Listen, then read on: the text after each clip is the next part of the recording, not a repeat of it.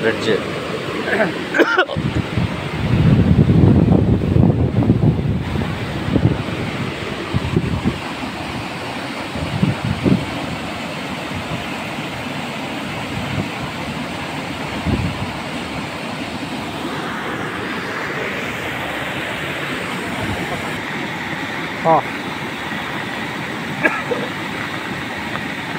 నమస్కారం అండి. ఇది బుద్ధాంకకు సంబంధించిన పెద్దకాల పిల్లకాల బ్రిడ్జ్ అంటారు.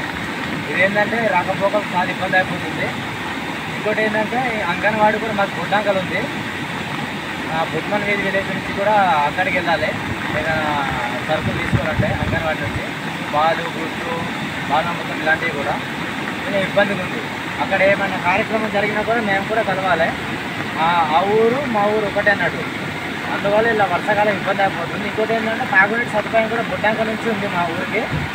అది కూడా మాకు పైప్ లైన్ అక్కడ కట్ అయిపోయింది. అలా అంటుకుంటూ ఉంది బ్రిడ్జ్లా. బ్రిడ్జ్లోనే తీసుకొచ్చారు అది పైప్ లైన్ కూడా. అదేంటంటే దీనికి మాకు కూడా కొంచెం చాలా ఇబ్బందికరంగా ఉంది. దగ్గర ఒక నెల రోజుల నుంచి వాటర్ లేదని తాగునీటి సదుపాయం లేదు మా ఊరికి అయితే. బుద్మన్ వీధికి ఆ బుడ్డాంక నుంచి కనెక్షన్ ఇదంతా.